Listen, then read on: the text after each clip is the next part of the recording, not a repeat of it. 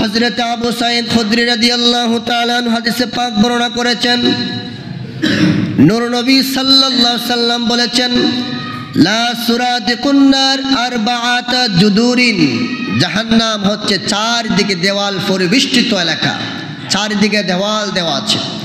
কুল্লু জিদারিন মাসিরাতুন আরবাঈনা সানা, এই দেওয়ালগুলো এত মোটা, এত পুরু, অতিক্রম করতে সময় লাগবে 40 বৎসর। আল্লাহু আকবার বলেন। দেওয়ালগুলো এত মোটা, এত পুরুত্ব, এটা অতিক্রম করতে সময় লাগবে কয় বছর? 40 বছর। যদি পুরুত্ব মোটাটা এত হয়, তাহলে সেই জাহান্নামটা কত বড় হবে আল্লাহ পাকই ভালো জানেন। হযরত আবু হুরায়রা রাদিয়াল্লাহু তাআলা আনহু হাদিসে পাক বর্ণনা করেছেন, দুজকবাসী যারা দুজকে যাবে, তাদের এক কাঁধ থেকে আরেক কাঁধের দূরত্ব হচ্ছে 3 দিনের পথের সমান। তাদের দুজকবাসী মানুষের দাঁতগুলো হবে, এক একটা দাঁত হবে উহুদ পাহাড়ের মতন বড়।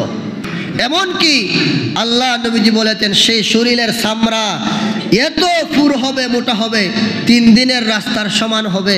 জাহান্নামবাসী, দুজকবাসী যারা দুজকে যাবে, তাদের চামড়ার পুর তথা মোটা। জুড়ে বলেন নাউজুবিল্লাহ।